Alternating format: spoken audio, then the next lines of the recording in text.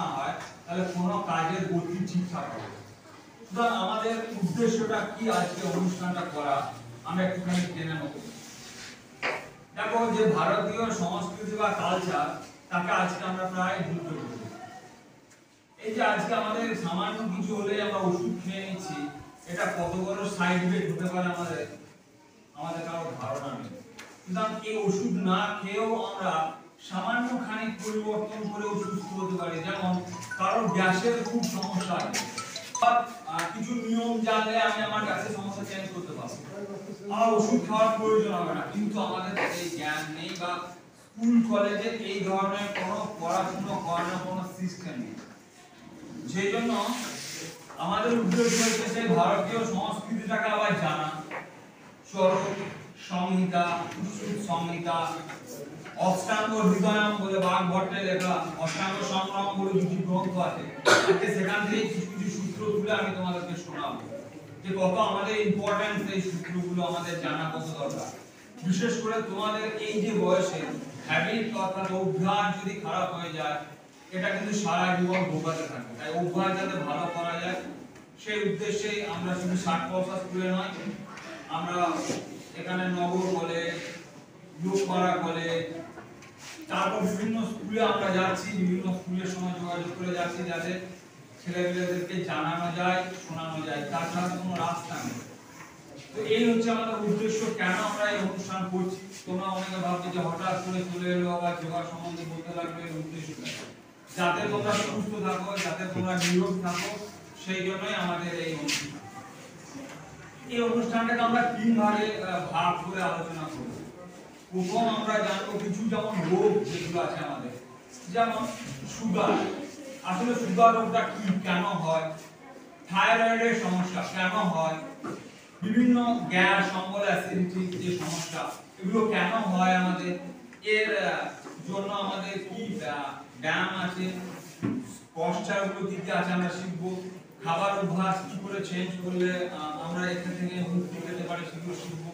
তো প্রথম স্টেপে আমরা আলোচনা করব বিভিন্ন রোগ এবং সেগুলোকে কিভাবে যোগের দ্বারা এবং বিভিন্ন রকম প্রাণায়ামের দ্বারা কি করে সুস্থ করা যায় সেটা। দ্বিতীয় কোশ্চেনে আমরা প্রাণায়াম বিষয়ে আলোচনা করব। যেমন অনেক ছেলে কমপ্লেইন করে, স্যার আমি মনে রাখতে পারছি না, আমার মনে থাকছে না, পড়া করে মনে থাকছে না, স্যার আমার মনে কোনো শান্তি নেই, সব কোনো অশান্তিতে ভুগছি। তো এটা কি করে মেইনটেইন করা যায় দ্বিতীয় পার্টে আমরা শিখব। আর তৃতীয় পার্টে আমরা বলব তোমাদের কাছ থেকে প্রশ্ন, যা সমস্যা, চুল উঠে যাচ্ছে, পেটের সমস্যা হচ্ছে, দেখা যাচ্ছে যে মাথা ব্যথা করছে, এই যে সমস্যাগুলো যদি কারো তোমাদের হয়ে থাকে বা তোমাদের বাড়ির কারো হয়ে থাকে বা তোমাদের আত্মীয় কারো হয়ে থাকে, তোমার এটা জানা ছিল না, তোমার যদি জানার থাকে তাহলে আজকে প্রশ্নের মাধ্যমে আমরা তৃতীয় স্টেপে, এই 3টে স্টেপে আমরা অনুষ্ঠান। তার আগে আমরা একটুখানি আলোচনা করব রোগ আমাদের কেন হয়, কেন আমরা রোগী হই। কারণ ভালো করে ভেবে যাবো, আজকে বর্তমান দিনে আমাদের এত চিকিৎসালয় আছে, এত ওষুধ আছে, তার সম পরিমাণে আমাদের রোগ বাড়ছে। আচ্ছা একজন হাত তোলো তো যার বাড়িতে কোনো অসুস্থ নেই, একজন কেউ হাত তোলো যে আমার বাড়িতে কোনো অসুস্থ কেউ নেই। একজন টিচার থেকে স্টুডেন্ট থেকে যে কেউ একজন হাত তোলো যে আমার বাড়িতে কোনো রকম রোগী নেই, আমার বাড়িতে কোনো রকম সমস্যা নেই, আমার স্যার কোনো রকম সমস্যা নেই। যে কেউ একজন, কেউ নেই এরকম, কারোর বাড়ি নেই যে সবার বাড়িতে তারা অসুস্থ, কারোর একটা বাড়ি নেই যে মোটামুটি আমার বাড়িতে কেউ অসুস্থ নয়। এনিওয়ান, যে কেউ একজন। তোমরা কেন পৃথিবীর কেউ হাত তুলতে পারবে না, কারণ আমরা বহু জায়গায় গিয়ে প্রোগ্রাম করছি, বীরভূম, মুর্শিদাবাদ, মালদা, বিভিন্ন জায়গায় গিয়ে আমরা প্রোগ্রাম করছি, একটা কাউকে হাত তুলতে দেখিনি এবং দেখতে পাবো না আশা করি দিন দিন যা চিকিৎসা ব্যবস্থা অবনতি করছে। তো চলো, এই আমাদের বাড়িতে তো রোগ কেন, আমার কথাটা বলার উদ্দেশ্য হচ্ছে আজকে আমাদের চিকিৎসালয় বাড়ছে, আজকে আমাদের ওষুধ বাড়ছে। আজকের এই 60-65 মতো জায়গায় প্রায় 150 খানা ডাক্তার আছে পার মান্থ চিকিৎসা করার জন্য। 150 খানা, আজ থেকে 5 বছর আগে আসতে 150টা ডাক্তার আছে বিভিন্ন হসপিটাল থেকে, এইখানে বিভিন্ন রকম ভাবে বসে। আজ থেকে কিন্তু 5 বছর আগে 10 বছর আগে বলতাম। তাহলে রোগ যেমন বাড়ছে আমাদের সেই অনুপাতে তো ওষুধপত্র বেশি বেড়েছে, সুতরাং কমে যাওয়ার কথা ছিল, তাহলে বই কমছে না। তাহলে দিন দিন পরিণতিটা কোন জায়গায় গিয়ে দাঁড়াবে? চলো এই কেন আমরা রোগী হচ্ছি তার কিছু কারণ আমরা প্রথমে জেনে নিই। তাহলে আমি কারণগুলো যদি জেনে যাই তাহলে সলভ করতে আমাদের সুবিধা হবে। তো রোগের প্রধান কারণ হচ্ছে লেস ফিজিক্যাল অ্যাক্টিভিটি। আমরা দেখা যাচ্ছে এখন 80% ছেলে মেয়ে কোনো শারীরিক পরিশ্রম করে না, সেই জন্য আমাদেরকে রোগগ্রস্ত হতে হয়। এখন খেলাধুলো বন্ধ হয়ে গেছে। আগে ছেলে মেয়েরা কত ধরনের খেলাধুলো করতো, এখন সব বন্ধ। এখন সব মোবাইল হাতে করে মাঠে মোবাইলের মধ্যে গেম খেলে। বাস্তব জীবনে মাঠে উতরে খেলা এখন বন্ধ করা। প্রথম কারণ হচ্ছে লেস ফিজিক্যাল অ্যাক্টিভিটি অথবা অ্যাক্টিভিটি কমে গেছে। দ্বিতীয় কারণ হচ্ছে আনহেলদি ইটিং, অর্থাৎ অপ্রয়োজনীয় খাবার আমরা খাই। কোন খাবারটা আমাদের শরীরের জন্য দরকার, কোন খাবারটা আমাদের শরীরের জন্য দরকার নয়, এটা আমরা কেউ জানি না। সুতরাং এর জন্য আমরা হচ্ছে এক্সট্রা ইটিং, অতিরিক্ত খাবার খেয়ে ফেলি আমরা, এর জন্য আমরা রোগী হয়ে যাচ্ছি। আর শেষ বলবো যে আমাদের জ্ঞানের অভাবের জন্য আমরা রোগী হয়ে যাচ্ছি। কোন খাবার সাথে কোন খাবার খেতে নেই আজকে আমরা কেউ জানি না। যেমন ঘিয়ের সঙ্গে মধু যদি একসঙ্গে খাও তোমাকে হসপিটালে নিয়ে যেতে হবে সঙ্গে সঙ্গে। ঘি এবং মধু দুটোই আমাদের শরীরের জন্য খুব প্রয়োজনীয়, কিন্তু যদি একসঙ্গে তোমাকে খাইয়ে দেওয়া হয় তাহলে তোমাকে কিন্তু মৃত্যু পর্যন্ত হতে পারে। দুটোই আমাদের শরীরের জন্য খুব দরকার। তাহলে এই জ্ঞান যদি তোমার না থাকে, দুধের সঙ্গে কোনো লবণ জাতীয় জিনিস খাওয়া যাবে না। এটা আয়ুর্বেদ শাস্ত্রে স্পষ্ট বিরুদ্ধ আহার বলা হয়, আমরা কেউ জানি না, খেয়ে নিচ্ছি। খাবার খাওয়ার পরপরই জল পান করা যাবে না, আমরা কেউ জানি না, খাবার খেয়ে জল খেয়ে নিচ্ছি। কি সমস্যা হবে আমি তোমাদের বলবো, ছোট ছোট ভাবে আমরা আজকে বিভিন্ন সমস্যার জন্য আমরা রোগগ্রস্ত হচ্ছি। চলো আজকে একটা একটা করে রোগ এবং সেই সম্বন্ধে যা পশ্চাৎ এবং আমাদের আয়ুর্বেদিক মেডিসিন আমাদের বাইরের কাছে দিকে আছে আমরা জেনে নেব। চলো প্রথম যে বিষয়টা নিয়ে আমি আলোচনা করব হচ্ছে মোটা হয়ে যাওয়া। আজকে বহু ছেলে মেয়ে শারীরিক কসরত না করার জন্য অতিরিক্ত মশলা, ঝাল বা তৈলাক্ত জিনিস খাওয়ার জন্য মোটা হয়ে যায়। তো প্রথম আমরা যে স্টেপগুলো দেখব, আমাদের শরীরের মধ্যে তোমাদেরকে একটা রিকোয়েস্ট করবো যে আজকে তোমরা নিজেদের মধ্যে কথা বলো না, আজকে আমার সঙ্গে কথা হবে যাও। কারণ আমি কিন্তু প্রত্যেকদিন তোমাদের সঙ্গে দেখা করতে আসবো। তোমার পাশের জনের বন্ধুর সঙ্গে তোমার প্রত্যেকদিন দেখা হবে, কথা হবে, 4টে পর্যন্ত তোমরা থাকবে, কিন্তু আমি কিন্তু তোমাদের এখানে আসবো। দেখো কিডনির সমস্যা হলে প্রস্রাবের সমস্যা হবে, এই সমস্যাগুলো মোটা হয়ে যাওয়ার পর পর আস্তে আস্তে দেখো একজন অসৎ বন্ধু যেমন আরো 5টা অসৎ বন্ধুকে ডেকে নিয়ে আসে, তোমার শরীরে যখন একটা রোগের উপক্রম হবে সে আরো 10টা রোগকে ডেকে নিয়ে আসে। সেই জন্য যদি তুমি দেখো রোগ কেউ একদিনে মোটা যেমন হয়ে যায় না, কোনো রোগ একদিনে হয় না, কারণ হচ্ছে ধীরে ধীরে বাসা বাঁধে। তুমি যদি তাকে নেগলেক্ট করতে থাকো অর্থাৎ যদি অবহেলা করতে থাকো, তোমার মধ্যে একদিন বিস্ফোরক উঠবে। এই সচেতনতার জন্য আমার আশা, যদিও তোমাদের অনেকেরই এখন কোনো রোগ নেই, কিন্তু বয়স বাড়ার সঙ্গে সঙ্গে তোমাদের মধ্যে রোগ আসবে। বয়স বাড়ার সঙ্গে সঙ্গে বিভিন্ন রকম সমস্যা, হাঁটুর যন্ত্রণা, কোমরের সমস্যা, ঘাড়ের সমস্যা, ঝুঁকে যাওয়ার সমস্যা, পেটের সমস্যা, বিভিন্ন রকম প্রবলেম তোমাদেরকে ফেস করতে হবে। তাই কয়েকটি জিনিস তোমাদেরকে এখানে শেখাবো, বলবো, ধীরে ধীরে আমরা রোগের মাধ্যমে এগিয়ে যাবো। চলো আমি এখানে উঠে দেখাচ্ছি কারণ যাতে আমরা সবাই দেখতে পাই। আমি এখানে উঠে তোমাদের জ্ঞানগুলো দেখাচ্ছি। দেখো আমরা যদি মোটা হয়ে যাই, তাহলে মোটা হয়ে গেলে আমাদের কোলেস্টেরল, ব্যাড কোলেস্টেরল, শান্ত তেলের মধ্যে HDL, LDL এবং VLDL, HDL টা হাই ডেনসিটি প্রোটিন, লো ডেনসিটি প্রোটিন, যাই তোমরা এত কিছু না বুঝলে আমি সরাসরি ছোট ছোট জিনিসে যাই, মানে এত ডিপলি গেলে তোমরা অনেক বুঝতে পারবে। চলো আমাদের কোলেস্টেরল মানে মোটা হয়ে যাওয়া, কোন দিকে ফ্যাট আমাদের কোন শরীরের কোন জায়গায় জমে, একটু এই সাইডে জমে, একে হিন্দিতে কুল্লা বলা হয়, এই সাইডটা। এই সাইডে দুই দিকে আমাদের জমে, পেটের সামনের দিকটা জমে, পিছনের দিকটা জমে এবং পায়ের দিকটা জমে, এই অংশে জমে। এই জায়গায় তোমার শরীরের মধ্যে ফ্যাট ইনস্টোর হয়। তো যদি আমরা মোটা হাত থেকে বাঁচতে যাই তাহলে আমাদেরকে যে জিনিসগুলো করতে হবে, পশ্চারগুলো করতে হবে। কয়েকটি পশ্চার আমি তোমাদেরকে দেখিয়ে দিচ্ছি। একটা ব্যায়াম যদিও শুধু একটা জিনিসের জন্য কাজ করে না, তবুও আজকে আমি আমাদের রোগ ধরে ধরে আমি ব্যায়ামের মধ্যে দিয়ে যাবো এবং কিছু আয়ুর্বেদিক ওষুধ আমি নিয়ে এসেছি, তোমাদেরকে দেখাবো সেগুলো কি করে ব্যবহার করা যায়। তো চলো, এই দুই সাইডের ফ্যাট যদি আমরা কমাতে যাই তাহলে আমাদেরকে কি করতে হবে দেখো। যে পশ্চারগুলো করতে হবে ধীরে ধীরে আমরা এদিকে নেবো এবং যখন তুমি এই ব্যায়ামটা করবে তখন বুঝতে পারবে এই জায়গায় তোমার কতটা ফ্যাট জমে আছে, কারণ লেগে যাবে তোমার। যদি এখানে কোলেস্টেরল অতিরিক্ত পরিমাণ থাকে তাহলে দেখবে এই জায়গাটা তুমি আর ভাঁজ যেতে পারছো না। আবার তাহলে দেখো এই সাইডে চর্বি কমানোর জন্য বলছি, ঠিক অপোজিট দিকে গেলে আমাদের এই সাইডে চর্বি কমানোর জন্য দেখো ঠিক এতটা নামবো, যতটা পারবো। প্রথম দিনে হয়তো বেশি পারবে না, অভ্যাস না থাকলে হয়তো শরীরে নানা রকম জায়গাগুলো হালকা বেদনা হতে পারে, এর জন্য ভয় খাওয়ার কোনো কারণ নেই। তো মোটা হয়ে যাওয়া খুব একটা খারাপ জিনিস। একে যদি তুমি প্রথম থেকে বরদাস্ত না করো তাহলে কিন্তু তোমার শরীরের মধ্যে সমস্যার সৃষ্টি করবে। তাহলে এটা ধীরে ধীরে করতে পারো, আবার স্পিডলি করতে পারো। তাহলে এই দুই সাইডে আমি একটু তাড়াতাড়ি দেখাচ্ছি কারণ সময় খুব কম, আমাদের 1.5 ঘন্টার মধ্যে পুরো প্রোগ্রামটা শেষ করতে হবে। 3টে স্টেপ আমাদের শেষ করতে হবে, বিভিন্ন জিনিস দেখানোর আছে, তোমাদেরকে শোনানোর আছে, সুতরাং আমি ছোট ছোট ভাবে দেখে যাচ্ছি। এই সামনের এবং পিছনের চর্বি কমানোর জন্য দেখো আমরা ধীরে ধীরে নিঃশ্বাস নিতে নিতে পিছনের দিকে যাব। নিঃশ্বাস ছাড়তে ছাড়তে সামনের দিকে, মনে রাখবে পশ্চারটা মনে রাখবে। নিঃশ্বাস নিতে নিতে পিছনের দিকে যাব, নিঃশ্বাস ছাড়তে ছাড়তে সামনের দিকে যাব। মনে থাকবে সবার? নিঃশ্বাস নিতে নিতে কোন দিকে যাব? পিছনের দিকে। নিঃশ্বাস ছাড়তে ছাড়তে সামনের দিকে। মনে থাকবে? চলো নিঃশ্বাস নিতে নিতে বলি।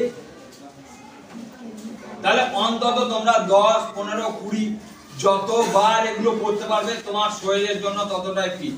এবং দেখো মোটা হয়ে যাওয়ার জন্য সিট আপ খুব একটা ভালো ব্যায়াম, আমি তোমাদের দেখাচ্ছি। তোমাদের দেখা যাবে নাকি দেখো পিছনে। উঠতে গেলে না, বসে বসে দেখতে হবে। অনুভব কর, দেখো ভালো করে। বলে ঠিক আছে, দেখতে পাচ্ছ সবাই? এটা তুমি 50, 60, 70, 100 বার পর্যন্ত করতে পারো এবং আমি গ্যারেন্টি দিচ্ছি তোমার পেটের চর্বি কমবেই। যার পেট অতিরিক্ত মোটা হয়ে যাচ্ছে, বহুদিন থেকে খেয়ে খেয়ে জমিয়ে রেখেছো, আস্তে আস্তে একদিনে কমবে না। কিন্তু মোটা যেমন একদিনে হও না, মোটা কমানো একদিনে যাবে না। এবং একটা ডায়েট চেঞ্জ করা, হঠাৎ খাবার কমিয়ে দেওয়া শরীরের পক্ষে মারাত্মক ক্ষতিকারক। কারোর পরামর্শ না নিয়ে কেউ বন্ধু করেছে তার কথা শুনে তুমি 4টে রুটি খাচ্ছিল, হঠাৎ 8খানা রুটি খেতে শুরু করলে এতে শরীরে কিন্তু মারাত্মক প্রবলেম হবে। সুতরাং ব্যায়াম করো, ফিট রাখো শরীরকে ব্যায়ামের মাধ্যমে।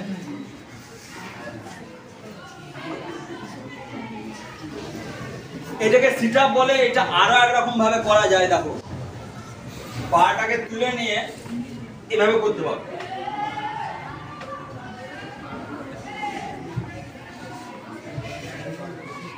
তো চলো,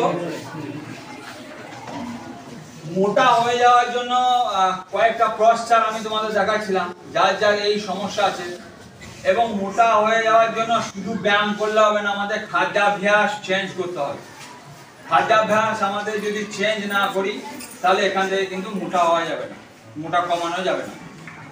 তো এবার আমি যে সমস্যাটার কথায় চলে যাচ্ছি, সুগার। এটা কেন আমাদের মধ্যে হয়, এর জন্য কি পশ্চার আছে? সুগার বা মধুমেহ বা চিনি রোগও একে বলা হয়। আচ্ছা আগে জেনে নি, তোমাদের বাড়িতে কারোর সুগার আছে? একজন হাত তুলেছে। আর কারোর? ঠিক আছে, কিন্তু এর থেকে যদি বেশি হয় তাহলেই সমস্যা। যারা যারা হাত তুললে কেউ একজন বলতে পারবে কত সুগার আছে? একটু বলতে পারবে? বাবার হোক, মায়ের হোক, দিদার হোক, কেউ একজন হাত তুলে।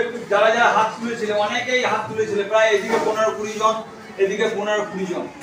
যাদের যাদের সুগার আছে বাড়িতে, একবার জেনে নিও, যদি তোমাদের আজকে এই 1.5 ঘন্টায় যা বলবো সব তোমার মনে থাকবে না। এই জন্য আমাদের ব্যানারে দেখতে পাচ্ছ গীতা দর্শন বলে আমাদের চ্যানেল আছে ইউটিউবে একটা, সেটা তোমরা মনে করলে সার্চ করে নিতে পারো। ওখানে প্লেলিস্টে গিয়ে আমাদের যোগের উপর, গীতার উপর বিভিন্ন ভিডিও আছে, সেগুলো দেখতে পারো। প্রত্যেকটা আলাদা আলাদা বিষয়ের উপর ভিডিও বানানো হয়। তো চলো আজকের এই সুগার কেন হয় আগে জেনে নিই। যারা যারা হাত তুলেছিলে ভালো করে জেনে নাও এবং বাইরে গিয়ে বলবে যে সুগার অর্থাৎ চিনি রোগ অর্থাৎ ডায়াবেটিস থেকে বলা হয়। তো কেন হয় দেখো, এই যে আমাদের নাভি আছে, নাভির পাশে প্যানক্রিয়াস বলে অগ্নাশয় বলে একটা গ্রন্থি আছে। যারা যারা জীবন বিজ্ঞান করছে তারা নিশ্চয় ভিতরের অংশের ছবি নিশ্চয় দেখেছো। অগ্নাশয় বলে একটা গ্রন্থি আছে, সেখান থেকে তার বিটা সেল থেকে ইনসুলিন নামক হরমোন বেরোয়। এই হরমোনের পরিমাণ যদি কমে যায় তোমার শরীরে, তাহলে তোমার শরীরে সুগার হবে। বুঝে গেল জিনিসটা?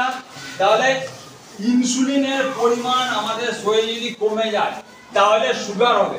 তাহলে আমি যদি ইনসুলিনের পরিমাণকে আবার বাড়াতে পারি তাহলে কিন্তু সুগার রোগ আমার সেরে যাবে।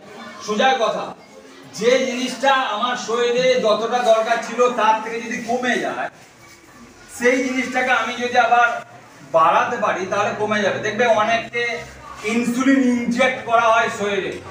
কেউ এমন আছো যে বাইরে থেকে ইনসুলিন দিতে হয় শরীরে।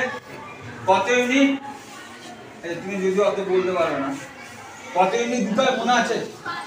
5 ইউনিট লাগে। আর কারো মনে আছে কত ইউনিট ইনসুলিন লাগে বাইরে থেকে দিতে হয়? ঠিক আছে, জেনে নিও। তোমাদের যার যার বাবা মায়ের যার যার সমস্যা হয়েছে জেনে নিও। দেখো এই যে সুগার বললাম, ইনসুলিনের, দেখো বাইরে থেকে যদি ইনসুলিন একবার শরীর নিতে পেয়ে যায় এমনিতে, তাহলে ইনসুলিন তৈরি হওয়ার কাজটা ভিতরে আর করবে না। কেউ যদি চেয়ে ভিক্ষা করে 100 টাকা 500 টাকা পেয়ে যায় তাহলে কিন্তু সে আর চট করে পরিশ্রম করতে যাবে না। সেটাই আমরা শিখবো। নাভির পাশে প্যানক্রিয়াস গ্রন্থি আছে। তাহলে প্রথম যে আসনটা দেখাচ্ছি এটা হচ্ছে মন্ডুক আসন। মনে থাকবে? চলো আমি আগে দেখাই। মন্ডুক মানে হচ্ছে ব্যাং, একে ব্যাঙাসনও বলা হয় বাংলাতে। দেখো কিভাবে পশ্চারটা করে।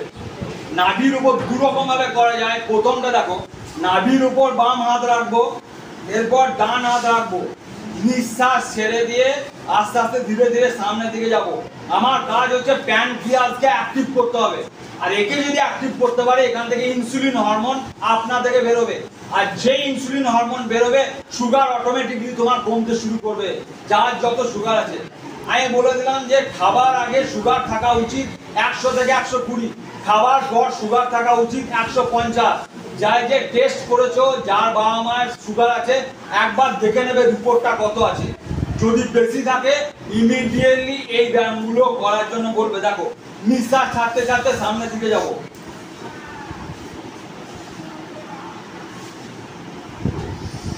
নিঃশ্বাস নিতে নিতে পশ্চার একরকম, নিঃশ্বাস ছাড়তে ছাড়তে সামনের দিকে আর নিঃশ্বাস নিতে নিতে পিছনের দিকে, এই পশ্চার চলতে থাকবে। তাহলে এই আসনটার নাম কি বললাম? এর মধ্যে ভুলে যাচ্ছ, 2 মিনিট হয়নি আমার বলা কথা। বলবো যে মনে কিভাবে বেশিক্ষণ রাখা যায় সে কথাও বলবো। যে অনেকেই ছাত্র কমপ্লেন করে যে মনে রাখতে পারি না, ভুলে যায়। কেন ভুলে যায়, কিভাবে বেশিক্ষণ মনে রাখা যায়? তো চলো প্রথম যে আসনটা দেখালাম মন্ডুক আসন, মনে থাকবে এটা দুটো পোজে করা যায়। এক হচ্ছে নাভির ওপর দুটো হাত দিয়ে যেমন করা যায়, নাভির পাশে দুটো হাতকে মুঠি করেও করা যায়। দেখো নিঃশ্বাস আগে আমি ছাড়তে ছাড়তে সামনের দিকে আগাবো।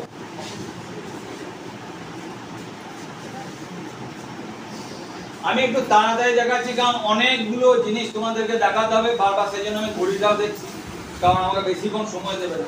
চলো মন্ডুক আসনের দুটো পোজ আমরা দেখলাম। এরপর যে আসনটা আমি তোমাদের দেখাচ্ছি শশক আসন। শশক মানে হচ্ছে খরগোশ, একে খরগোশ আসনও বলা হয়। দেখো নিঃশ্বাস ছাড়তে ছাড়তে আমরা সামনের দিকে আগাবো। নিঃশ্বাস নিতে নিতে পিছনের দিকে যাব। একে বলা হয় কি বললাম? শশক আসন। মনে থাকবে সবার? একে বলা হয় কি আসন? শশক আসন। আবার দেখাচ্ছি, দেখো নিঃশ্বাস ছাড়তে ছাড়তে সামনের দিকে, নিঃশ্বাস নিতে নিতে পিছনের দিকে। আরো একটা আসন আছে যদি কেউ মনে করো যে আমি বজ্রাসনে বসতে পারি না, পায়ের সমস্যা হয়, তার জন্য অল্টারনেটিভ ব্যবস্থা আছে যোগ মুদ্রা আসন। দেখো আমি দেখাচ্ছি যোগ মুদ্রা আসন। দেখো পদ্মাসনে বসে, এটাকে পদ্মাসন বা ধ্যানাসনও বলা যায়। মন স্থির করার জন্য প্রত্যেকদিন সন্ধ্যাবেলায় অন্তত কিছুক্ষণ তোমরা ধ্যান করবে। কেন করবে আমি প্রাণায়ামের জায়গায় এসে তোমাদেরকে বলবো। এই যে এই অবস্থায় বসে ঠিক আগের মতোই নাভির উপর প্রথমে বাম হাত, তারপর ডান হাত দিয়ে সামনের দিকে ঝুঁকবো। যা বজ্রাসন বসে করতে অসুবিধা সে করবে যোগ মুদ্রা আসন। মনে থাকবে কি আসনটার নাম বললাম? যোগ মুদ্রা আসন।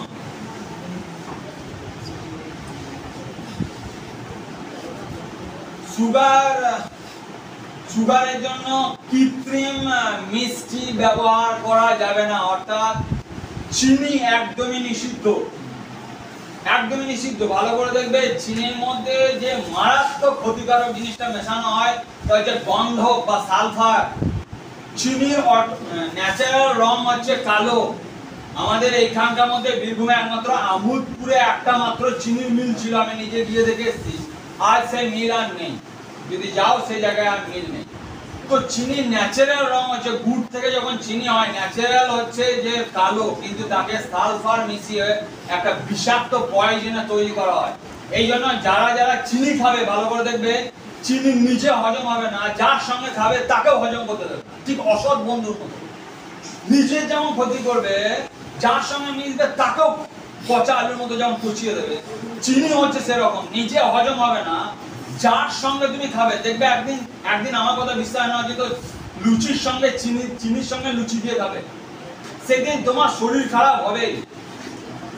সেই চিনি আমরা সকাল থেকে সন্ধ্যা পর্যন্ত চায়ে ব্যবহার করছি, সুজি তৈরিতে ব্যবহার করছি, নানা রকম ভাবে বাচ্চা ছেলেদেরকে খাওয়াচ্ছি। সেই জন্য আমি রিকোয়েস্ট করবো যে চিনির হাত থেকে সরে এসো এবং গুড়ের সাহায্য অবলম্বন। গুড় হচ্ছে ন্যাচারাল ঈশ্বরের সৃষ্টি। যার সুগার আছে সেও গুড় খেতে পারে, কোনো সমস্যা নেই। যার সুগার আছে সেও ন্যাচারাল মিষ্টি খেতে পারে, কিন্তু কৃত্রিম মিষ্টি খাওয়া যাবে না, যেটা ঈশ্বরের সৃষ্টি নয় সেটা খাওয়া যাবে না। তো চলো, সুগার সম্বন্ধে আমি তোমাদের বললাম। তো এরপর আমি চলে যাব পেটের সমস্যা, গ্যাস, অম্বল, অ্যাসিডিটি। সুগারে যার যা সমস্যা আছে, আমি বারবার বলছি যে কথাগুলো বলছি এত কথা তোমাদের মনে থাকবে না। আজকে যে 1.5 ঘন্টা তোমাদের বলে যাব, কারণ এই বিষয় সংগ্রহ করতে আমার 25 বছর লেগেছে। সেটা যদি আমি 15 মিনিটে বলে যাই তোমরা নিতে পারবে না, কারণ এই জিনিসটা আমাকে আয়ত্ত করতে 10-15 বছর লেগেছে। সেটা আমি 1.5 ঘন্টায় বলে যাব, তোমরা সহ্য করতে পারবে না। সুতরাং বারবার বলে দিচ্ছি, এই যে দেখছো ভিডিও বানানো হচ্ছে, এটা আমাদের ইউটিউব চ্যানেলে কালকের মধ্যে চলে আসবে।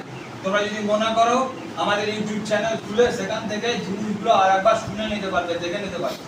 তো চলো এবার চলে যাই পেটের সমস্যা, গ্যাস, অম্বল, অ্যাসিডিটি। দেখি আগে কার কার গ্যাস, অম্বল, অ্যাসিডিটি আছে। আমার ডান দিকে হাত তুলো তো দেখি কার কার গ্যাস, অম্বল, অ্যাসিডিটি আছে। লজ্জা করলে রোগ সারবে না, লজ্জার কোনো কারণ নেই। এইদিকে কার কার গ্যাস, অম্বল, অ্যাসিডিটি সমস্যা আছে? অনেকেরই আছে, কিন্তু লজ্জার জন্য হাত তুলছে না। আচ্ছা, কাদের কাদের নেই একটু হাত তুলো তো।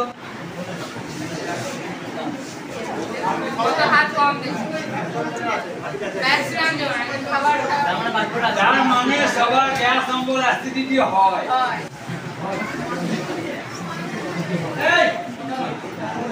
একটা দেখো, একটা কথা বলি, স্টুডেন্ট অবস্থায়, ছাত্র অবস্থায় তোমার শরীর যদি ঠিক না থাকে, শরীর হচ্ছে ঈশ্বরের দেওয়া একটা এত বড় সম্পদ, এখানে বহু মূল্যবান জিনিস আছে। চোখ আছে, কিডনি আছে, লাংস আছে, ক্ষুদ্রান্ত আছে, বৃহদন্ত আছে, অগ্নাশয় আছে, যাকে ইংরেজিতে প্যানক্রিয়াস বলা হয়। মূল্যবান জিনিস আছে।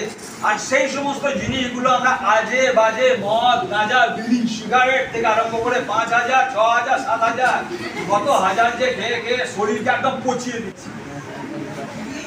কারণ বাজে অভ্যাসটা তোমাদের এখন থেকেই তৈরি হয়।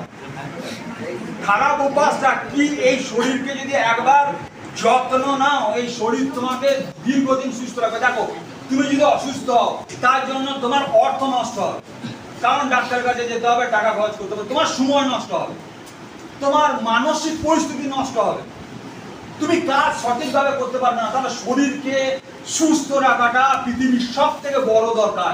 কিন্তু আজকে আমরা টাকা রোজগার করার জন্য ছুটি, শরীরের দিকে নজর নিই না, আর যে টাকাটা রোজগার করি সেইটা দিয়ে পরে ছুটি ডাক্তারখানায় শরীর সুস্থ রাখে। তাহলে যদি আমি আগে খানিক করে ছুটি, তাহলে আমার সেই সমস্যাটাতে পৌঁছাতে হয় না। আগে টাকা রোজগার করার জন্য ছুটি, তারপর টাকাটা রোজগার করে ছুটি ডাক্তারখানায় শরীর সুস্থ রাখে, যখন আর কিছু উপায় থাকে না। এই জন্য আগে থেকে সচেতন হওয়া আমাদের দরকার। তাই চলো পেটের সমস্যা কোথায়? পেটের গ্যাস, অম্বল, অ্যাসিডিটি, আমি 80% ছেলের এই সমস্যা, ছেলে মেয়ের এই সমস্যা আছে। হাত তুলতে বললেও তুলছো না, না তুলতে বললেও তুলছো না, মানে সমস্যা। আমাদের জ্ঞান সব থেকে আগে দরকার। তুমি খাবার খাওয়ার আগেও তোমার জ্ঞান দরকার, কোন খাবারটা খাবে আর কোন খাবারটা খাবে না। সেই জন্য গীতাতে বলা হচ্ছে নহি জ্ঞানেন সদৃশম পবিত্রমিহ বিদ্যাতে তৎসাইনে যোগ সংসিদ্ধিম কালেন আপনি বিদ্যুতি। গীতার জ্ঞান যোগ, গীতার 18টা অধ্যায় আছে। এখানে আমি তোমাদের গীতা বই নিয়েও এসেছি একটা, কারণ আমি সমাজের দুটো বিষয়ের উপর কাজ করছি। এক হচ্ছে স্বাস্থ্য ঠিক রাখার জন্য, আর হচ্ছে মন ঠিক রাখার জন্য গীতা। দুটোর উপরে আমরা প্রচুর প্রোগ্রাম করছি, তো সেই চ্যানেলে তোমরা পাবে। তো চলো গীতার 4র্থ অধ্যায় জ্ঞানযোগ, সেখানে বলছে জ্ঞানহীন ব্যক্তি হচ্ছে পশুর সমান। যার জ্ঞানই নেই সে আবার মানুষ, তার অর্থ থাকতে পারে, টাকা থাকতে পারে, সবকিছু থাকতে পারে, কিন্তু মানুষ হতে পারবে না। মান আর হুঁশ এই দুটো জিনিস যদি আমার না থাকে, তাহলে আমি মানুষ কিসে? আমার যদি মানই না থাকে আর হুঁশই না থাকে, কোন কাজটা আমার করা উচিত আর কোন কাজটা আমার করা উচিত না, এই হুঁশই যদি আমার না থাকে, তাহলে আমি মানুষ কিসে? তাই চলো গ্যাস, অম্বল সারানোর জন্য প্রথমে মনে রাখবে 3টে জিনিস খাওয়া যাবে না। কি কি? দুধ খাওয়া যাবে না, ঘি খাওয়া যাবে না, মিষ্টি খাওয়া যাবে না। যার যার গ্যাস, অম্বল, অ্যাসিডিটি সমস্যা হচ্ছে, প্রথম 3টে জিনিস খাওয়া ত্যাগ করো, নইলে তুমি নিজেই দেখো ঘি খাও বাড়িতে গিয়ে, তোমার পেটের সমস্যা আছে কমবে না। ঘি তখনই খাওয়া যাবে তোমার শরীর যখন সুস্থ। দেখো আমাদের শরীরে ঘি দরকার, কারণ ব্রেনের খাবার হচ্ছে ঘি, কিন্তু ঘি খাবার পর তোমাকে পরিশ্রম করতে হবে। এই জ্ঞানটা যদি তোমার না থাকে, তাহলে ঘি খাবে আর মোটা হয়ে যাবে। আমি যদি 100 গ্রাম করেও ঘি খাই, আমি মোটা হবো না। কেন? ঘি খাওয়ার পর সেটাকে পচাতে হবে, সেটাকে শরীরের মধ্যে ডিজলভ করতে হবে। কিন্তু আমরা ঘি খেয়ে দেখা যাচ্ছে যে বেশিরভাগ শিক্ষক মহাশয়দের ক্ষেত্রে, আমিও দেখেছি, আমাদের কলেজেও দেখেছি, ঘি খেয়ে আসে 4টে পর্যন্ত বসে বসে খায়, নিশ্চিত কোনো পরিশ্রম তো করতে হচ্ছে না। শারীরিক পরিশ্রম তো নেই, মানসিক পরিশ্রম প্রচুর আছে। একজন যে চাষি, তার থেকেও একজন টিচারের প্রচুর পরিশ্রম, মানসিক পরিশ্রম, কিন্তু আমাকে শারীরিক পরিশ্রম করতে হচ্ছে না। আর তখনই কোলেস্ট্রল জমছে, ব্যাড কোলেস্ট্রল জমছে, এলডিএল, বিএলডিএল, এইচডিএল। যখন কোলেস্ট্রল টেস্ট করতে যায়, তখন দেখো এই 3টে জিনিস টেস্ট হয়। HDL high density lipoprotein, HDL LDL low density lipoprotein, এবং VLDL very bad low density lipoprotein. এই 3টে জিনিস টেস্ট করা হয় তোমাদের যখন কোলেস্ট্রল টেস্ট করে, যখন মোটা হয়ে যাওয়ার কোলেস্ট্রল টেস্ট করতে দেয় ডাক্তার, তখন এই। তাহলে এই 3টে জিনিস খাওয়া থেকে দূরে থাকবে। এবং গ্যাস মেটানোর জন্য কি কি পশ্চার আছে, আমি এবার সেগুলো দেখাচ্ছি। দেখো গ্যাস যার যার হয়, প্রথমত বলছি যে জল খাবার নিয়ম চেঞ্জ করবে। এবার বলো তো, খাবার পর পর কে কে জল খাও? খাবার পর পরই, অর্থাৎ তুমি এখনই স্কুল আসার জন্য ভাত খেলে এখনই জল কে কে খাও?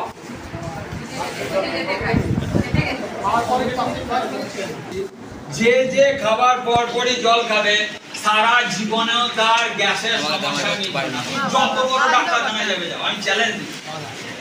তুমি ব্যাঙ্গালোর যাও, ভেলোর যাও, যত দূর যাবে, মানবে না, ছাড়বে না। কেন না? আমাদের ভারতবর্ষে মুনি ঋষিরা যে জ্ঞান দিয়ে গেছে, আমরা সেই জ্ঞান নিচ্ছি না বলাটা ভুল কথা হবে। আমরা অনেকে এই বিষয়ে জানি না।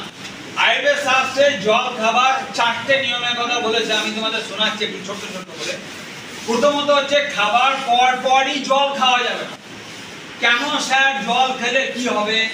দেখো ভালো, আয়ুর্বেদ শাস্ত্রে বাগভট্টের অষ্টাঙ্গ সংগ্রহ বইয়ে বলছে, গ্রন্থে বলছে, খাদ্যান্তে বিষমবারী। খাদ্যান্তে, খাদ্যযুক্ত অন্তে, সন্ধি করলে হয় খাদ্যান্তে, বিষম মানে বিষ তুল্য, বাড়ি মানে হচ্ছে জল, একা রয়াশয় বাড়ি মানে হর্ষয়কান্ত তৃতীলিঙ্গ শব্দ, বাড়ি মানে হচ্ছে জল। খাদ্যান্তে বিষম বাড়ি, খাবার পর পরই জল খেলে সেটা বিষ হয়ে যায়। কেন স্যার খাবার পর পরই জল খেলে বিষ হবে কেন? দেখো আমরা যখন খাবার খাই, জীবন বিজ্ঞান বইয়ে দেখেছো, খাবার খাওয়ার পর পরই প্রথম কোথায় যায় খাবারটা? পাকস্থলী বা পৌষ্টিক তন্ত্রে, তাই তো? এবার সেখানে গিয়ে আমাদের শরীরে একটা ন্যাচারাল HCl হাইড্রোক্লোরিক অ্যাসিড আছে, সেই খাবারের সঙ্গে মেশে। ধরো তুমি স্কুলে আসবে 10টার সময়, স্কুলে আসবে তুমি 10টা 15 খাবার খেলে, খাবার খেয়েই জল খেয়ে নিবে, তাহলে কি হবে? দেখো খাবারটা গেল পাকস্থলীতে, HCl হাইড্রোক্লোরিক অ্যাসিড এলো এবং সেটা মিশছে, সেটাকে যখন পচাচ্ছে রেডি করছে, সেই টাইমে তুমি ঢক ঢক ঢক ঢক করে জল খেয়ে নিবে। তাহলে এখানে যে পাচন প্রক্রিয়া সেটা শিথিল হয়ে যাবে। কি বলছি বোঝা যাচ্ছে না? বোঝা যাচ্ছে না? একদম স্পষ্ট ভাবে বলছি। আমাদের ছবি নেই তাই আমি দেখাতে পারছি না, আমাদের ছবিটা নেই এখানে, বুঝতে পারা গেল? তাহলে স্যার জল কখন খাবো, কতটা খাবো, কিভাবে খাবো, এই জিনিস আমাদের জানতে হবে। তাহলে জল কখন খাবো? মিনিমাম খাবার 40 মিনিট পর। স্যার মরে যাবো যে? যারা যারা খাবার খাচ্ছ খেয়ে নাও, স্কুলে এসে জল পান করো। জল অ্যাকচুয়ালি খাওয়া হয় না, জল পান করা হয়। যেসব জিনিস খাওয়ার জন্য দাঁতের প্রয়োজন হয় না তাকে পান করা বলে, যেমন ধূমপান কথাটা আছে। জল পান, জল খাওয়া হয় না, ভাত খাওয়া হয়, মুড়ি খাওয়া হয়, রুটি খাওয়া হয়, জল পান করা হয়, দুধ পান করা হয়, চা পান করা হয়। দেখো খাবার বাড়িতে খেয়ে নিলে এসে স্কুলে এসে তুমি জল পান করো, প্রথম কারণ। দ্বিতীয় কারণ হচ্ছে, দ্বিতীয় জল খাবার নিয়ম হচ্ছে দাঁড়িয়ে কেউ জল পান করবে না। যদি দাঁড়িয়ে জল পান করো হাঁটুর যন্ত্রণা অবধারিত, এই হাঁটু ঘুটনা যন্ত্রণা হবে। এখন অবশ্য হবে না, তোমাদের অল্প বয়স আছে, যখন একটু বয়স বেড়ে যাবে তখন এই দেখা যাবে যে হাঁটুর যন্ত্রণা শুরু হয়ে গেছে, জয়েন্ট পেন শুরু হয়ে গেছে। এই জন্য দাঁড়িয়ে জল পান করবে না। তাহলে কিভাবে জল পান করবো? সব থেকে ভালো হয় উকুরু ব্যাটনা, এতে বলা হয়, হিন্দিতে বলা হয় উকুরু ব্যাটনা। এইভাবে জল পান করো। যদি এইভাবে জল পান করতে তোমার অসুবিধা হয়, তুমি ধীরে ধীরে নর্মাল ভাবে বসে মেরুদণ্ড সোজা করে জল পান করো। মনে রাখবে দাঁড়িয়ে কেউ জল পান করবে না, তবে চেয়ারে বসে জল পান করো তাও ঠিক আছে, দাঁড়িয়ে জল পান করবে না। দাঁড়িয়ে জল পান করলে হাঁটুর যন্ত্রণা সারবে না। তৃতীয়ত জল পান করার নিয়ম হচ্ছে ঠান্ডা পানীয় পান করবে না, যতই গরম হোক। তাহলে কি হবে স্যার? এই যে ধরো এখনো গরম চলছে, এখনো সাংঘাতিক গরম, মনে হচ্ছে বাইরে গিয়ে ফ্রিজের জলটা একটু খায়, আর যেই খাবে অগ্নি তোমার গলার সমস্যা থেকে পেটের সমস্যা আরম্ভ হবে। কেন? দেখো তুমি যখন ঠান্ডা জল শরীরকে দিচ্ছ, শরীরে একটা ন্যাচারাল টেম্পারেচার আছে, সেই ন্যাচারাল টেম্পারেচার দিয়ে ঠান্ডা জলটাকে গরম করে। দেখবে যদি বালতির জল খুব গরম হয়ে যায়, তুমি একটু ঠান্ডা জল দিয়ে সেটাকে মিক্সড করে সেটাকে কি করো, নর্মাল করে নাও। তুমি ঠান্ডা জল ঢকঢক করে খেয়ে নিলে, পেটে গিয়ে সেটা কিন্তু ঠান্ডায় থাকে না, সেটাকে পেট কি করে রক্ত থেকে টেম্পারেচার নিয়ে সেটাকে উষ্ণ করে, গরম করে। তাহলে তুমি যদি দিনে 10 বার এভাবে জল পান করতে থাকো, তাহলে বডি যে 10 বার এভাবে কাজ করতে থাকবে, তার ফলে তোমার মৃত্যু পর্যন্ত হতে পারে, ব্রেন স্ট্রোক পর্যন্ত হতে পারে। হঠাৎ তুমি এই গরমে গিয়ে ঠান্ডা জল ঢকঢক করে খেয়ে নিলে, আর সে গোটা শরীর থেকে রক্ত ছুটে আসবে সেই ঠান্ডা জলটাকে গরম করার জন্য। এই জন্য ব্রেন স্ট্রোক পর্যন্ত হতে পারে। এই জন্য যতই গরম হোক একদম ফ্রিজের জল খাবে না, নরমাল জল পান করার চেষ্টা করবে। অভ্যাস না থাকলে করে নেবে, নইলে মরবে। অভ্যাস যদি তোমার না থাকে অভ্যাস করে নেবে। বললাম যে অভ্যাস একদিনে হয় না, অভ্যাস তৈরি করতে হয়। চলো জল খাবার আর একটা নিয়ম বলি, একদম সকালে উঠেই মুখ না ধুয়েই তুমি জল পান করতে পারো। সকালে উঠেই যার যার আচ্ছা কোষ্ঠকাঠিন্যের সমস্যা কার কার আছে, মানে পায়খানা ঠিকঠাক হয় না কার, মানে কি লজ্জায় হাত তুলবে না জানি, কার কার আছে মোটামুটি? আচ্ছা কার কার নেই? নামের কথা মতো কার কার নেই?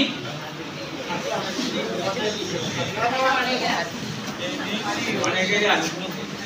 আর না, যার যা পায়খানা কোষ্ঠকাঠিন্যের সমস্যা হচ্ছে, বারবার বলে দিচ্ছি এই নিয়ম ফলো করবে। আমি আজকে 25 বছর থেকে এই নিয়ম পালন করছি, কোনো ডাক্তারখানায় আমার যাওয়ার দরকার হয়নি এতদিন পর্যন্ত। তবে মেজর প্রবলেমের জন্য ছোটখাটো গ্যাস অম্বল অ্যাসিডিটি এর জন্য কোনো সমস্যা নেই।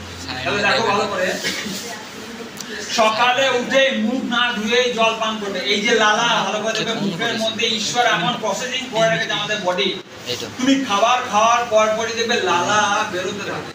এই লালা যত তুমি খাবারের সঙ্গে মেশাবে তত খাবার হজম হতে আমাদের সুবিধা হয়।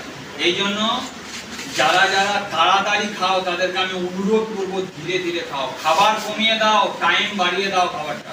যদি তুমি 4টে রুটি খাচ্ছিলে তাহলে তার জায়গায় তুমি 3টে খাও, টাইমটা 20 মিনিট নাও। কেন?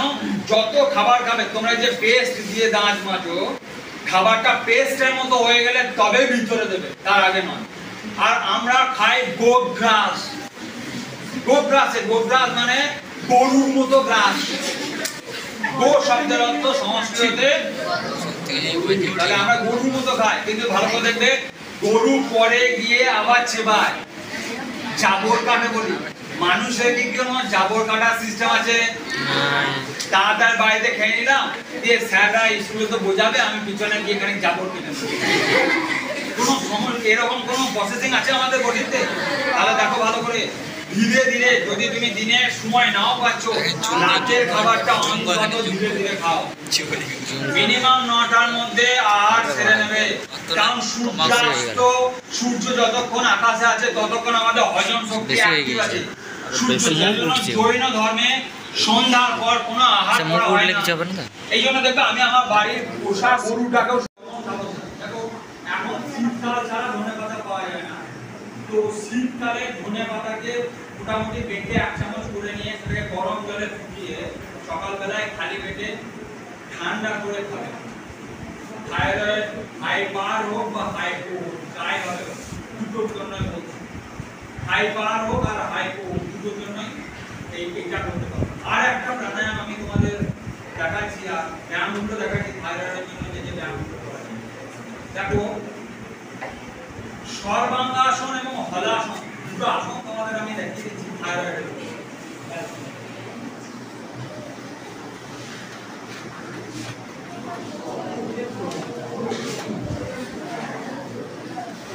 এই আসনটা আমাদের সর্বাঙ্গাসন।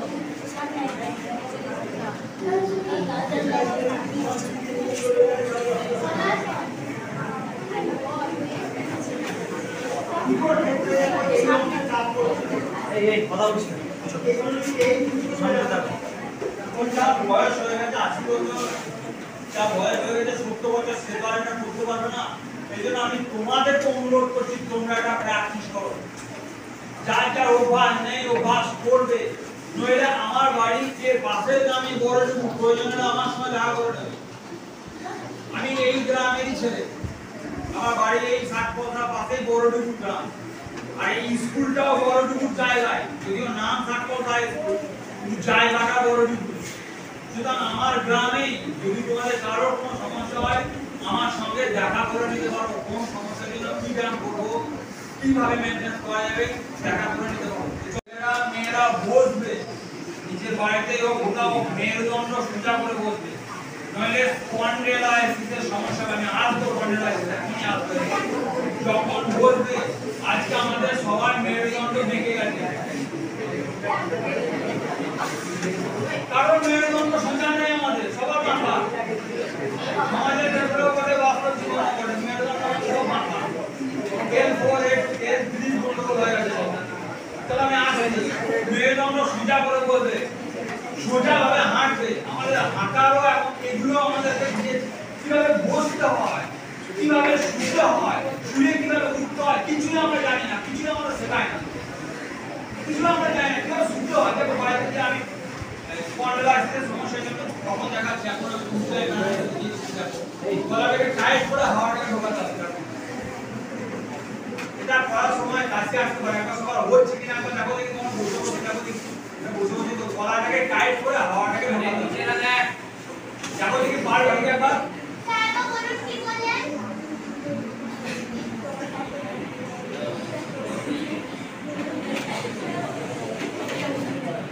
অংশটার উপর চাপ করবে। তোমার তো সমস্যা এই থাইরয়েড গ্রন্থিটাকে নিয়ে।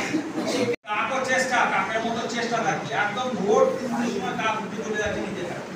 বকর ধ্যান, বকের মতো ধ্যান থাকবে, একটা পা রেডি আছে, একদম মাছ এলেই ছবল মাছ। কাকও চেষ্টা, বকর ধ্যান, শান নিদ্রা, কুকুরের মতো ঘুম, অল্পতেই জেগে উঠছে, গভীর ঘুম না, সকাল 9টা পর্যন্ত নাক দেখে ঘুমাচ্ছে, কোনো শান সিদ্ধি নেই। এটা কিন্তু ছাত্রের লক্ষণ। শান নিদ্রা করতে অল্প আহারি ছাত্র হলে অল্প খাবে, এমন খেলো যে একদম ঘুম আর ভাঙছে না। গৃহত্যাগী মানে তার সংসারের জিনিসের মধ্যে আকর্ষণ কম, আর আটটা জিনিস সে ত্যাগ করতে পারে। কামম ক্রোধম তথা লোভম সাধম শৃঙ্গার কৌতুকী অতি নিদ্রা অতি সেবা শিক্ষার্থী অষ্ট বর্জন। চলো আমি আয়ুর্বেদের কথা চলে আসি। কিভাবে মনে কিভাবে রাখতে পারবো তার জন্য কি কি ব্যায়াম আছে, আর কিভাবে আমরা সুস্থ থাকতে চাই। কারণ আমি প্রাণায়ামে চলে যাই। আমি তোমাদের বলেছিলাম দ্বিতীয় শ্রেণীতে আমাদের প্রাণায়াম থাকে। সবাই আমাকে দেখতে পাচ্ছ? আচ্ছা সবাই বসে যাও, তবে দেখতে পাচ্ছ? সবাই বসে যাও, এবার দেখো দেখতে পাচ্ছ? চলো সবাই বসে বসে করবো, নিজের জায়গায় বসে আমরা করবো। চলো মেরুদণ্ড সোজা করে বসার জন্য বলেছে সবাইকে। আজ থেকে অভ্যাস করবে মেরুদণ্ড সোজা করে বসা। চলো নিজে নিজে প্রথম 5টা প্রাণায়াম আমি তোমাদের দেখাচ্ছি। ছাত্র অবস্থায় মনোসংযম বাড়ানোর জন্য, কোনো কিছুকে মনে করার, মনে রাখার জন্য। কারণ এই ব্রেনকে অ্যাক্টিভ করতে গেলে আমরা ব্রেনের যা ক্ষমতা তার 1% ব্যবহার করি না। কারণ ব্যবহার করতে আমাদের কেউ শেখায় না, আমরা জানি না। একটা গরুর মধ্যে কি ক্ষমতা আছে একটা গরু নিজে জানে না। যদি জেনে যায় সে গরুটাকে আটকানো যাবে না। আমরা নিজেরা যাই না। ঈশ্বর প্রত্যেক সন্তান অর্থাৎ ছেলে মেয়েদেরকে কিছু না কিছু একটা গুণ দিয়েছে, কিন্তু 80% ছেলে মেয়ে আমরা নিজেরাই যাই না আমার মধ্যে কি গুণ আছে। প্রত্যেকটা ছেলে মেয়ের মধ্যে গুণ নেই এমন হতে পারে না। প্রত্যেকটা তোমাদের প্রত্যেকের মধ্যে কোনো না কোনো গুণ আছে, সেটাকে খুঁজে বের করা দরকার। খুঁজে বের করার জন্য প্রাণায়ামের দরকার, ব্রেনকে অ্যাক্টিভ করা দরকার। তো চলো কিভাবে ব্রেনকে অ্যাক্টিভ করবো দেখো। এই যে শ্বাস আমরা নিই, এই শ্বাস যত অক্সিজেন আমরা ইনটেক করতে পারবো শরীরের ভিতর, তত আমাদের বডি ইমপ্রুভ হবে এবং আমাদের ব্রেনের কার্যক্ষমতা বাড়বে। চলো সবাই বুঝে বুঝে করবো। প্রথম যে প্রাণায়ামটা করবো সেটা হচ্ছে উজ্জায়ী প্রাণায়াম। লম্বা ভাবে নিঃশ্বাস নেওয়া, লম্বা ভাবে নিঃশ্বাস ছেড়ে দেওয়া। চলো সবাই লম্বা ভাবে নিঃশ্বাস নেওয়া। যদিও আমরা এখানে গ্যাদারিং হয়ে আছি, প্রাণায়াম করার জন্য ফাঁকা জায়গাতে সবাই প্রাণায়াম করবে এবং খালি পেটে বারবার বলে দিচ্ছি এই ব্যায়াম বা প্রাণায়াম করবে না মিনিমাম 4 থেকে 5 ঘন্টা খাওয়ার পর। সেই জন্য সকালটা হচ্ছে সব থেকে ভালো উত্তম প্রাণায়াম করার জন্য। যদি কেউ সকালে সময় না পাও তাহলে সন্ধ্যাবেলায় করো, কিন্তু করো। নিজের শরীরের জন্য অন্তত 1 ঘন্টা সময় রাখো। নিজের পরিবারকে দাও, ছেলেকে দাও, মেয়েকে দাও, স্কুল কলেজের জন্য দাও, দাদাকে দাও। নিজের জন্য 1 ঘন্টা অন্তত ব্যালেন্স রেখে দাও, সেটাই তোমাকে বাঁচাবে। সব পরের জন্য দিয়ে দিচ্ছ, নিজের জন্য 5 মিনিট সময় নিয়ে পাচ্ছ। এই জন্য কেটে কেটে টাইম কেটে কেটে জীবনের সব থেকে মূল্যবান জিনিস হচ্ছে সময়। আয়ুষ চাণক্যমুনি বলছেন আয়ুষ ক্ষণ এক অপি না লভ্যতে স্বর্ণকটিবি না চেমিরা সকল নীতি কাজ আনে। এই যে আজকের দিনটা চলে যাচ্ছে, আজকেও ফেরত পাবো। টাকা পয়সা নেই রোজগার করে নিতে পারবো, গাড়ি ঘোড়া নেই রোজগার করে নিতে পারবো, কিন্তু এই যে আজকের দিনটা 12ই আজকে সেপ্টেম্বর, এই দিনটা 2024 সালে আর কোনদিন ফিরে আসবে। আসবে 2025 সালে, আসবে 26 সালে, আসবে 27 সালে। 2024 সালের 12ই সেপ্টেম্বর আর কোনদিন ফিরে আসবে না। প্রত্যেকটা টাইম, প্রত্যেকটা সেকেন্ড, প্রত্যেকটা মিনিট কতটা ইম্পর্টেন্ট একবার ভেবে দেখো। যে টাইম একটা সেকেন্ড আসছে সেটা একটা সেকেন্ডের জন্যই চলে যাচ্ছে, তাকে তুমি ধরতে পারবে না, সময়কে কেউ হিসাব করতে পারবে না। সেই জন্য বারবার বলছি সময়কে ইউটিলাইজ করো এবং সেটা অভ্যাস করো এখন থেকে। এই জন্য চলো সবাই আমরা প্রাণায়াম করবো, ধীরে ধীরে নিঃশ্বাস নেবো, ধীরে ধীরে ছাড়বো। চলো সবাই করবো, মেরুদণ্ড সোজা করে বলছি সবাই। ধীরে ধীরে নেওয়া, তাড়াহুড়ো কিছু নেই, ধীরে ধীরে নেওয়া, ধীরে ধীরে ছাড়া। অন্তত এটা 10 থেকে 15 বার করবো। আজকে এখানে গ্যাদারিং হয়ে আছে, সমস্যা হচ্ছে, বাড়িতে গিয়ে সবাই করবে। আমাকে কথা দিচ্ছ সবাই বাড়িতে গিয়ে আজ থেকে করবে। দেখো ভালো জিনিস ভালো না লাগলেও করবে, খারাপ জিনিস ভালো লাগবে করবে না। এই যে সকালে উঠে এটা করা নানা রকম তোমাদের বিরক্তিকর লাগবে তবুও করবে, কারণ কি এটা একদিন তোমাকে ভালো রেজাল্ট এনে দেবে। সেটা একদিনে হবে না, সেটা 5 বছর পর রেজাল্টটা বুঝতে পারবে। আজকে করতে লাগলে কালকেই ফল পাবে না, মানে আজকে আম গাছ লাগালে কালকে আম ধরে যাবে না। সেটা যেমন টাইম লাগে, এইটাও তোমাকে একদিন তোমাকে ফল এনে দেবে। তাই চলো নেক্সট প্রাণায়াম। প্রথম প্রাণায়ামটার নাম কি বলেছিলাম? মেমোরি এত লস, 1 মিনিট আগে বলেছি। প্রথম প্রাণায়ামটার নাম কি বলেছিলাম? তো এখানে বসে আছে 180 জনের মধ্যে 150 জনের মধ্যে একজনের কারণ মনে নেই প্রথম প্রাণায়ামটা কি নাম বললাম? ভস্ত্রিকা। মনে আছে? নিঃশ্বাস নেওয়া এবং নিঃশ্বাস ছাড়া।